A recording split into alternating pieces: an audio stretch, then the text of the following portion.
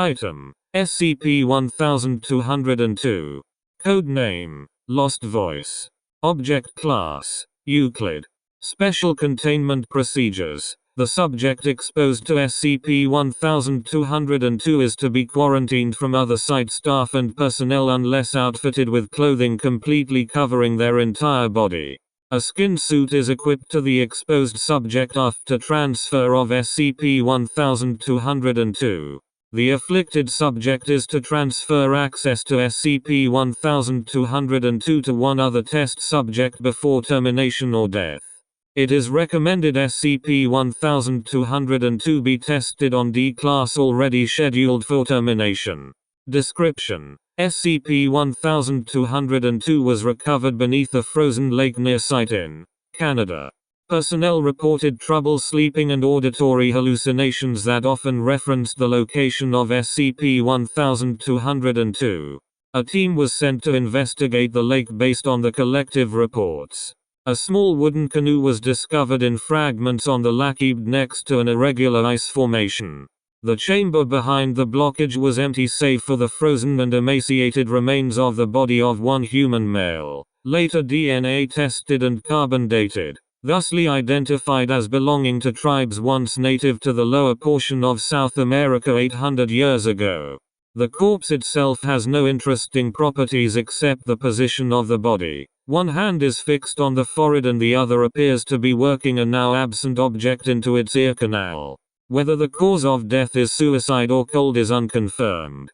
The agent who first made physical contact with the corpse began to hear a voice that did not cease until he had made contact with another human. The exposed D-Class reported hearing the voice after grasping Agent S' hand and indefinitely afterwards. The exact mechanism that enables this transfer is unknown, as is the manner in which SCP-1202 communicates with the subjects.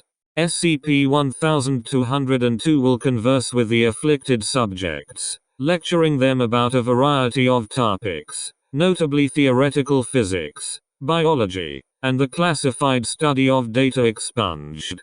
The psychological effect tends to be detrimental as the voice rarely ceases to talk for periods any longer than 20 seconds. The current D-Class responsible for bearing SCP-1202 requested to be euthanized at 1 week. The voice classified as SCP-1202 identifies itself as a former researcher at Site-18. Whether or not SCP-1202 is doctor is still being debated, although inquiries expressed to test subjects bearing SCP-1202 match archived profiles of the late researcher. Documentation. Transcription from Agent. Forward. Agent began hearing the voice while in the company of the coroner who was examining the body found in the cave. Agent notified the site director. He was then tasked to record his initial conversation with SCP-1202. Hello? Can you hear me? I know you can hear me. Oh good. I've been expecting someone to come along, and here you are. You touched him, didn't you? My old friend? Yes, him. The one I had the falling out with ages ago. I was just having a conversation with him and then you came along. What? Him? The frozen one with the splinter in his head? Oh yes, of course he's dead. Are you stupid? Stupid one he was too. My old friend. No offense to him but it's true. Love him to death.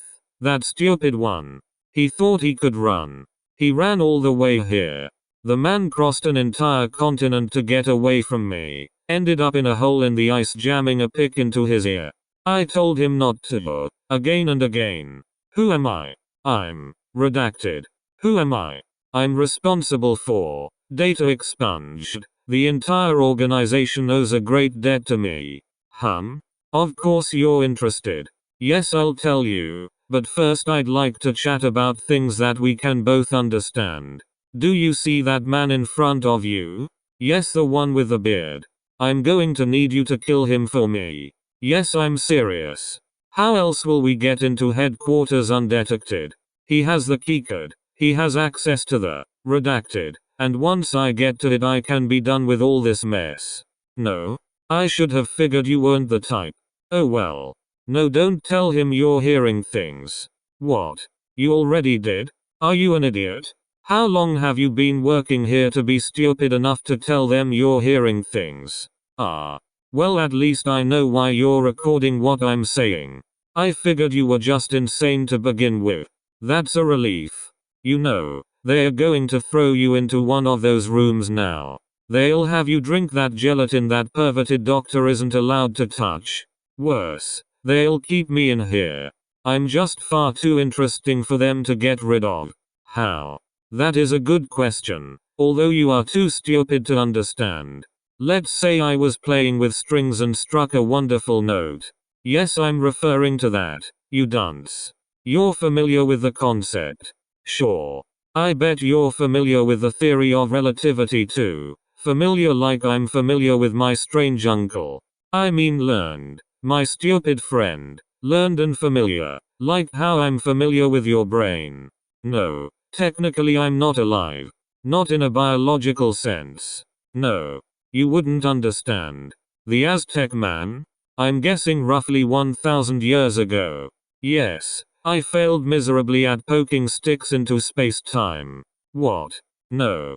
I'm not going to explain. You wouldn't understand. No, I'm not going anywhere. We've hardly even met. How rude of you. Note. He's humming now. He won't stop humming. He's been humming loudly for several hours.